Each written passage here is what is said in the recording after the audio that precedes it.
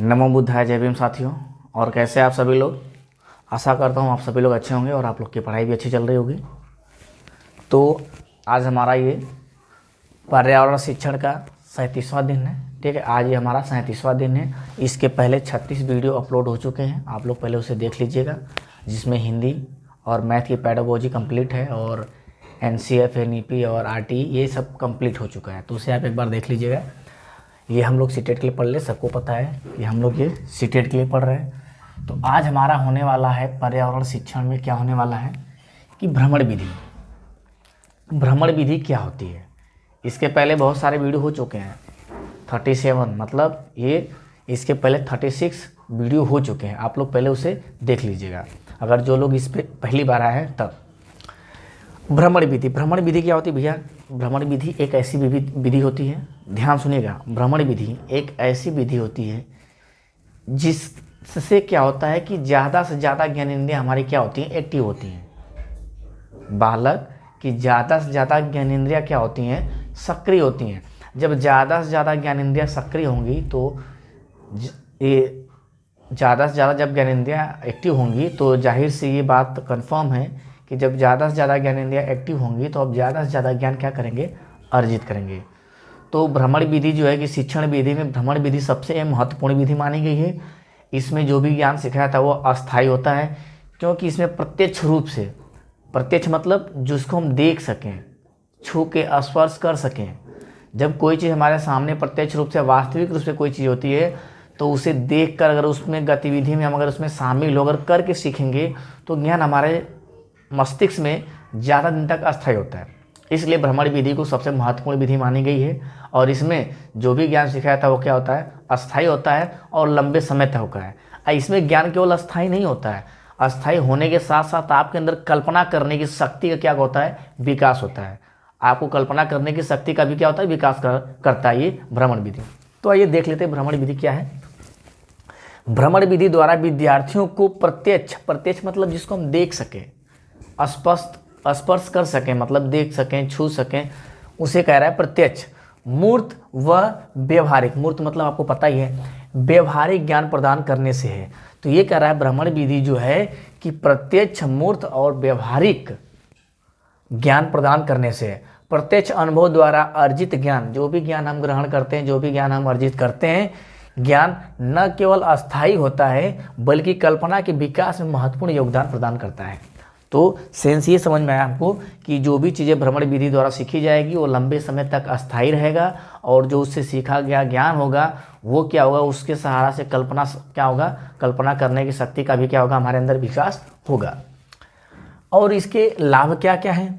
निरीक्षण करने की योग्यता, मतलब एक दूसरे में तर्क वितर्क करना, निरीक्षण करना, परीक्षण करना, ये सारी विशेषता इसके अंदर होती है। तो निरीक्षण करने की योग्यता मिलती है, कल्पना करने की योग्यता, औपचारिक ढंग से शिक्षण करना। औपचारिक ढंग से शिक्षण करना, औपचारिक का मतलब हमने पहले बताया था।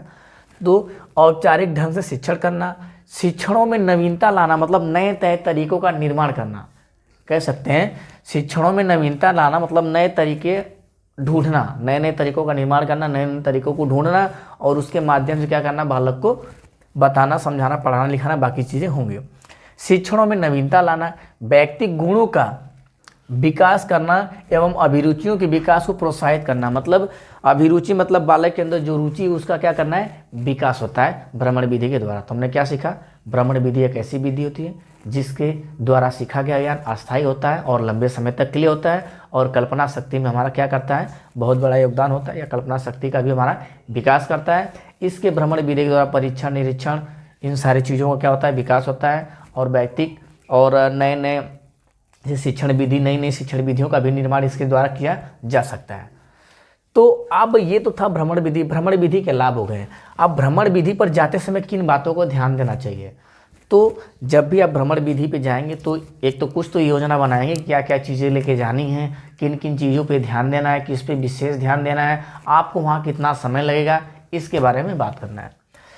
तो भ्रमण विधि पर जाते समय ध्यान देने योग्य बातें, भारी बैग न ले जाएं। मतलब आपको क्या है? बच्चों को कहना है कि बच्चे को आपको बताना है कि भारी बैग वहाँ पे नहीं ले जाना है, केवल pen, pencil, notebook, drawing paper ले जाना है। केवल क्या ले जाना है भैया? Pen, pencil, drawing paper. केवल क्या ले जाना है? पेन, पेंसिल, ड्राइंग पेपर और नोटबुक। नोटबुक इसलिए ताकि जो भी चीज़ें वहाँ पे आप देखेंगे उसे क्या करेंगे, नोट कर लेंगे अपने नोटबुक में। पेंसिल, अब कह रहा है कि ले जाएं, इसके अलावा कुछ भी नहीं ले जाना है। मतलब pen pencil notebook drawing paper के अलावा आपको कुछ भी नहीं ले जाना है, चाहे वो खाना हो चाहे बोतल का पानी ही क्यों ना हो।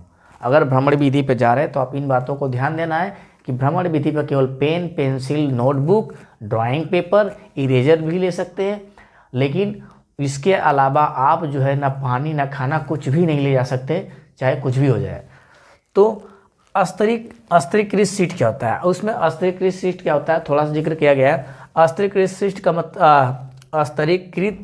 सीट का मतलब होता है भ्रमण से पूर्व साझा, मतलब भ्रमण से पहले साझा करना कि कितना समय भैया आपको मिलेगा वहाँ पे। बच्चों को बताएंगे कि आपको कितना समय मिलेगा, क्या वहाँ पे नोट करना है, किस चीज़ पे ध्यान देना है, इसके बारे में उस पर नोट करवाया जाता है स्तरीकृत सीट पे कि किस चीज़ पे ध्यान देना है, क्या आपको नोट करना है, किस पे फोकस करना है।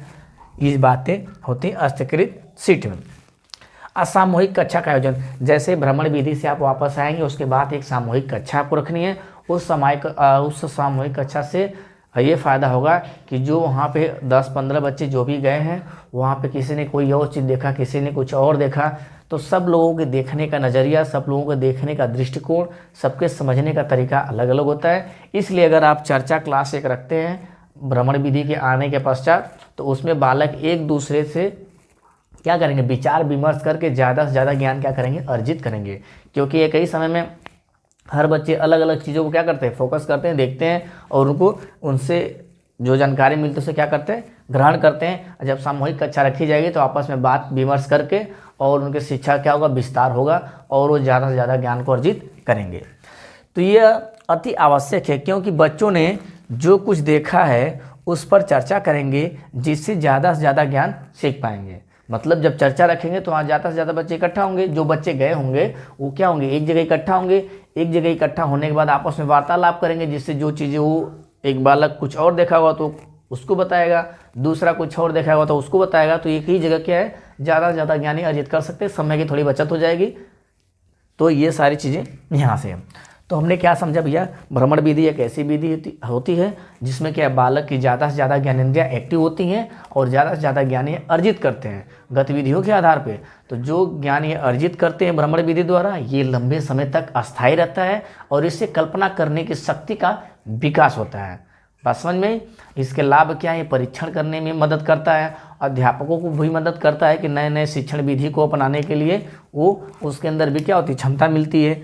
तो और भ्रमण पे जाते समय किन किन बातों को ध्यान देना चाहिए, जैसे भारी बैग नहीं ले जाना है, खाना नहीं ले जाना है, पानी नहीं ले जाना है, बस केवल पेन पेंसिल इरेजर, ठीक है। और उसमें क्या होगा, पेन पेंसिल इरेजर के साथ साथ नोटबुक के साथ ड्राइंग पेपर, ये सारी चीज़ें आपको ले जानी, बच्चों को बताना है। उसके पहले एक स्तरीकृत सीट साझा करनी होती है। उस सीट में लिखवाया जाता है कि आपको किस किस चीज़ पे ध्यान देना है, आपको वहाँ पे कितना समय मिलेगा, आपको कहाँ ले जाया जा रहा है, किस उद्देश्य के लिए जा रहा है, ये सारी चीज़ें स्तरीकृत सीट में नोट होती है। और उसके बाद सामूहिक चर्चा रखना बहुत ज़रूरी है, जिससे बालक ज़्यादा से ज़्यादा ज्ञान क्या करेंगे, अर्जित करेंगे। अगला है दत्त कार्य विधि। दत्त कार्य विधि ऐसी विधि तो जो भी आप, जैसे यहाँ लिखा है प्रकरण, जो भी आप पाठ पढ़ाएंगे, जो भी प्रकरण आप पढ़ाएंगे, जो भी पाठ आप पढ़ाएं अपने क्लास में, उसी के आधार पे बालक को क्या करना है, होमवर्क देना है, ठीक है। और होमवर्क आपको देना है। अगर बालक अगले दिन होमवर्क करके नहीं है, अगर गृह कार्य करके नहीं आया है, तो आप उसको और होमवर्क नहीं दे सकते हैं। आप पहले उस होमवर्क को पूरा करवाएंगे, उसके बाद नेक्स्ट अगले दिन के लिए होमवर्क देंगे। तो कह रहा है पूर्व, और जो होमवर्क होना चाहिए उसके पूर्व ज्ञान से जुड़ा होना चाहिए। जो चीज़ें आप पढ़ाएं उसी से रिलेटेड होनी चाहिए। आपने पहले चैप्टर पढ़ा दिया पहला, तो पहले से होना चाहिए, दूसरा चैप्टर पढ़ाया तो दूसरे चैप्टर से। जो चीज़ें आप पढ़ाएं उसी के आधार पर उसको क्या करेंगे, आप गृह कार्य देंगे। और गृह कार्य छोटे छोटे भागों में होनी चाहिए, छोटे छोटे अंश में होना चाहिए, और उसको विस्तारपूर्वक लिखने के लिए उससे आज़ादी होनी चाहिए। तो छोटे भाग मतलब अंश भाग होना चाहिए। जब बालक गृह कार्य करके आए तभी अगले दिन गृह कार्य दें। जब बालक गृह कार्य करके आए तभी अब अगले दिन गृह कार्य देंगे, नहीं तो अन्यथा उसको गृह कार्य अब नहीं देंगे। अब गृह कार्य क्या क्या हो सकता है, चित्र खींचना हो सकता है, मॉडल बनाना हो सकता है, बुलेटिन बोर्ड बनाना हो सकता है, एल्बम बनाना हो सकता है, या जो भी चीज़ें आप उसको सिखाए हैं, जो भी चीज़ें आप उसको पढ़ाएं बताएं, उसी से रिलेटेड आप उसको होमवर्क दे सकते हैं। तो ये चीज़ें समझ में आ गई, भ्रमण विधि क्या है और ये दत्त कार्य विधि क्या है। और देख लेते हैं वैसे तो विधियाँ बहुत सारी, लगभग 15-20 विधि हैं, लेकिन सबको हमको नहीं पढ़ना है। जो जो हमारे एग्जाम में पूछा जाता है बस हम उसी पे फोकस करेंगे। जैसे भ्रमण विधि से बहुत क्वेश्चन आता है, दत्तकार से आता है, कहानी विधि से आता है, ह्यूरिस्टिक विधि से आता है, अन्वेषण विधि से आता है। तो जो जो विधि आता है हमारे एग्जाम में पहले उसको हम पढ़ लेंगे, बाकी बाद में देखते हैं। अगला है हमारा कहानी विधि। क्या है? कहानी विधि। कहानी विधि जो है दूसरी महत्वपूर्ण विधि है। पहली जो थी हमारी क्या थी? पहली जो हमारी विधि थी वो था हमारा भ्रमण विधि। भ्रमण विधि सबसे इम्पॉर्टेंट है। दूसरा नंबर पे आएगा ये, सेकंड नंबर पे हमारा आएगा कहानी विधि। कहानी विधि दूसरी महत्वपूर्ण विधि है। इसमें क्या होता है भैया कि पूर्व ज्ञान, बालक के पूर्व ज्ञान के आधार पे, ठीक है, उसके परिवेश से जुड़ी कोई ऐसी कहानी आपको बतानी है जिसको बालक सुनने में क्या जाता है, रुचि, फिर उसको बीच में रोक देंगे तो जिज्ञासा, कल्पना। तो ये कह सकते हैं कहानी विधि से रुचि, जिज्ञासा, कल्पना आदि का क्या होता है, विकास होता है, जैसे पिछले में था। और इसमें भैया अगर आपको आ जाए तो नेगेटिव वर्ड है, ये सब नेगेटिव वर्ड है। अगर आपको एग्जाम में मिल जाए तो इसको आपको गलत करना है, सही नहीं करना। क्या करना है? गलत करना है, काट देना है इसको। तो मनोरंजन, मजा, आनंद, आमोद, प्रमोद जहाँ भी लिखा है तो समझ लीजिए ये गलत है। ये आएगा रुचि पैदा करना, जिज्ञासा पैदा करना, कल्पना पैदा करना। तो ये कहानी विधि का महत्वपूर्ण अंग है कि कहानी विधि से बालक के अंदर रुचि, जिज्ञासा, कल्पना आदि को पैदा किया जा सकता है या पैदा किया जाता है। विषय को रुचिकर बनाने के लिए इसका यूज होता है। विषय को रुचिकर बनाने के लिए, बालक के अंदर जिज्ञासा, कल्पना आदि का विकास कराने के लिए कहानी विधि का यूज करते हैं। यह दूसरी महत्वपूर्ण विधि है। पहली जो है भ्रमण विधि है। भ्रमण विधि द्वारा अस्थायी ज्ञान होता है। अगला है खोज व अन्वेषण विधि। इसी को ह्यूरिस्टिक विधि भी कहते हैं। क्या कहते हैं? खोज व अन्वेषण विधि या ह्यूरिस्टिक विधि भी इसी को कहते हैं। इसमें क्या होता है कि बालक के पूर्व ज्ञान के आधार पे, बालक के पूर्व ज्ञान के आधार पे एक ऐसा समस्यात्मक वातावरण आपको तैयार करना है जिससे कि बालक उस समस्या को सॉल्व करने के लिए, उस समस्या को सॉल्व करने के लिए तर्क करेगा, चिंतन करेगा। जब किसी चीज़ के बारे में, जब हम किसी ऑब्जेक्ट के बारे में जब तर्क करते हैं, चिंतन करते हैं, उसे किसी क्वेश्चन को सॉल्व करने के लिए जब तर्क करते हैं, चिंतन करते हैं, तो वहीं पे हमारे अंदर क्या है, वैज्ञानिकता का विकास होता है। तो इसी को कहते हैं, इसको खोज या अन्वेषण या वैज्ञानिक विधि भी कह सकते हैं, ह्यूरिस्टिक विधि भी कह सकते हैं। इसमें क्या होता है, तर्क और चिंतन शामिल होता है। तर्क और चिंतन, तार्किक कह सकते हैं, चिंतन कह सकते हैं। जब भी कभी आपको अगर ये आए तो ऑप्शन में आपको तार्किक या चिंतन करना जो ऑप्शन मिलेगा वही हमारा क्या होगा, सही। इसमें क्या होगा, रुचि, जिज्ञासा, कल्पना जहाँ आएगा सही, और मनोरंजन, मजा, आनंद, आमोद, प्रमोद आएगा तो भैया हो जाएगा गलत। ये बातें समझ में आ गई। वैज्ञानिक विधि का मतलब होता है, ये ह्यूरिस्टिक विधि का मतलब होता है तर्क करना, चिंतन करना। तो बालक के सामने एक ऐसी समस्या रखेंगे जिसके बारे में बालक क्या होगा, सोचने पर मजबूर हो जाएगा, विचार करने पर मजबूर हो जाए। और सोचने विचारने के बाद, तर्क के आधार पर परीक्षण निरीक्षण करने के बाद जो निष्कर्ष निकालता है वही क्या कहलाता है, वैज्ञानिकता। इसमें कहते हैं सृजनात्मक सोच, तर्क करना, चिंतन करना के अलावा वैज्ञानिकता हो सकता है, सृजनात्मक हो सकता है, रचनात्मक हो सकता है। ये सब किसके गुण है, वैज्ञानिक के गुण। नए चीज़ों का निर्माण करना, ये किस में आ जाएगा, वैज्ञानिकता में। सृजन करना, निर्माण करना, रचनात्मक, सृजनात्मक, ये सब किस में आ जाएंगे, वैज्ञानिक या ह्यूरिस्टिक विधि के अंतर्गत सब आएंगे। अगला हमारा है प्रश्न उत्तर विधि। प्रश्न उत्तर विधि क्या कहता है कि कभी भी अगर आप बालक से प्रश्न पूछते हैं तो उसके पूर्व ज्ञान से जुड़ा होना चाहिए। जो चीज़ें आप पढ़ाए होंगे, जो चीज़ बताए होंगे, जो भी पाठ्य पुस्तक में, चाहे ऐसे इन्वायरमेंट से जोड़ के जो भी चीज़ आप पढ़ाए होंगे, उसी से जोड़ के ही बालक को क्या करना चाहिए, प्रश्न पूछना चाहिए। ठीक है। और उस प्रश्न ऐसा होना चाहिए जो चीज़ें मैंने यहाँ बताया वही चीज़ सेम यहाँ पे है। तो परिवेश समस्यात्मक वातावरण पैदा करता है जिसके बालक चिंतनशील, चिंता करने के लिए मजबूर हो जाता है। जब चिंता करेगा, जिज्ञासा, रुचि, तो ये कह सकते हैं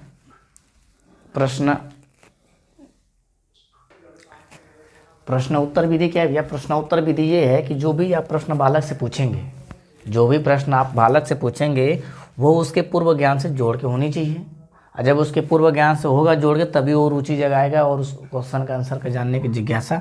तो ये कह सकते हैं प्रश्नोत्तर विधि में अगर जिज्ञासा, रुचि, चिंतनशीलता, समस्या आ जाए तीनों ऑप्शन में, तो जो इसमें से आपको मिलेगा वही क्या होगा, हमारा सही होगा।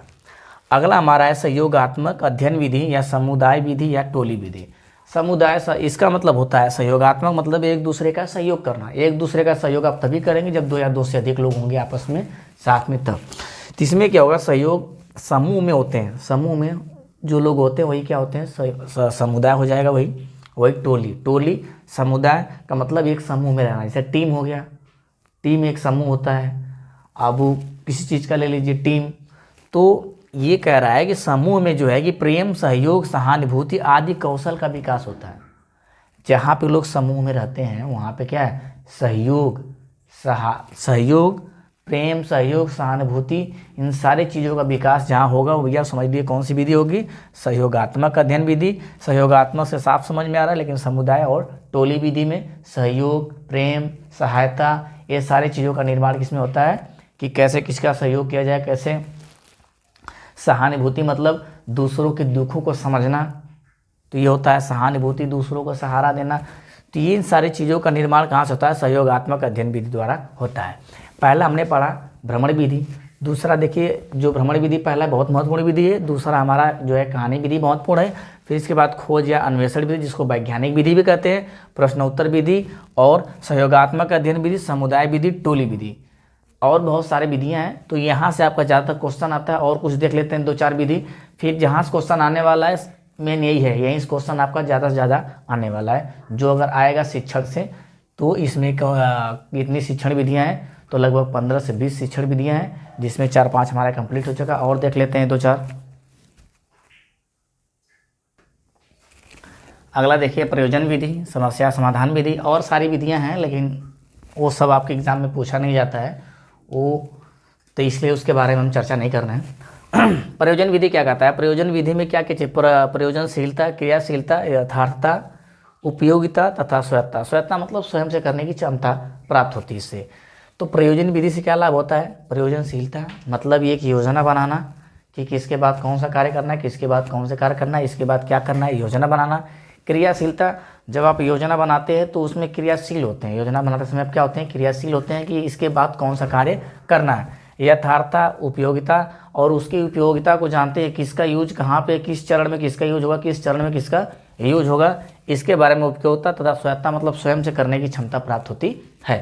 तो ये कह सकते हैं कि प्रयोजन विधि से आप इसके 4 सोपान क्या देख लीजिए। परिस्थिति का निर्माण, आपको परिस्थिति का निर्माण करना है कि इसके बाद क्या चीज़ें कैसे कैसे करनी है, परिस्थिति का निर्माण। फिर योजना आपको बनाना है, स्टेप बाय स्टेप कैसे करना है।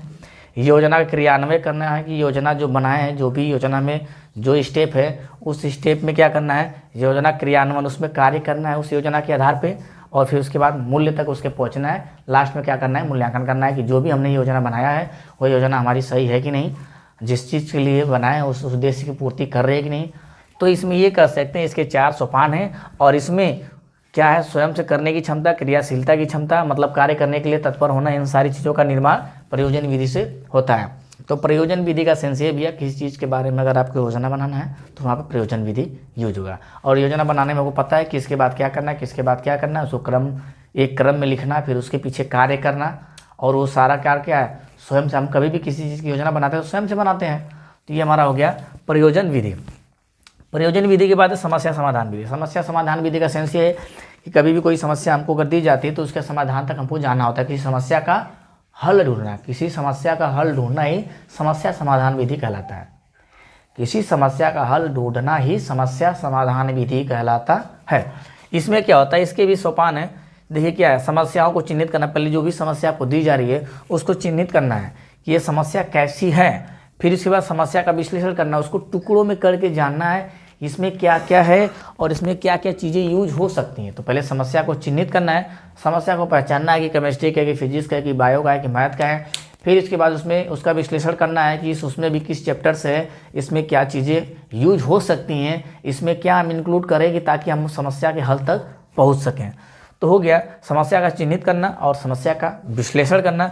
फिर संभावित समाधान प्रस्तुत करना, मतलब अपने से एक अनुमान लगाना कि ये इसका आंसर यहाँ तक ये हो सकता है। संभावित अनुमान लगाना कह सकते हैं, अनुमान लगाना या आकलन करना, अपने से आंकना कि इसका क्या आंसर हो सकता है। फिर तथ्यों का संकलन करना, जो भी तथ्य उसमें शामिल है, जो भी उसमें पॉइंट है, जो भी चीज़ें उसमें हैं उसके बारे में क्या करना है, उसको संकलित करना, उसको इकट्ठा करना है, क्या क्या चीज़ें इसमें यूज की जाए कि हम समस्या के समाधान तक पहुँच सकते हैं। फिर क्या करना है कि सही समाधान प्रस्तुत करना। फिर लास्ट में तथ्यों का पुष्टि कर लेते हैं कि ये चीज़ें लगी हैं, फिर इसके बाद सही समाधान प्रस्तुत करेंगे, फिर अंत में समस्या का अंतिम रूप क्या करेंगे, उसको प्रस्तुत करेंगे। तो ये हो गया हमारा आज जो है शिक्षण सहायक जो भी विधियाँ हैं, तो विधि के बारे में बात हो गया।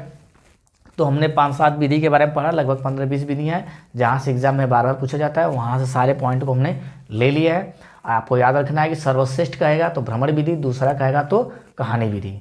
सारी विधि में बालक को आज़ादी दी जाएगी। बालक में कहीं पे सृजनात्मक हो रहा है तो कहीं पे वो खोज कर रहा है, तो बालक को गतिविधि के आधार से जोड़ना, उसके पूर्व ज्ञान के हिसाब से जोड़ के पढ़ाना, लिखाना, समझाना जो चीज़ें। तो उम्मीद करता हूँ आपको ये सारी चीज़ें कंप्लीट समझ में आ गई होंगी। तो आज के लिए बस इतना ही। अब मिलते हैं अगले वीडियो में, तब तक के लिए धन्यवाद। अगर वीडियो आप लोग को पसंद आए तो आप लोग ज़्यादा से ज़्यादा लोगों को शेयर करें, लाइक करें और चैनल को सब्सक्राइब जरूर करें।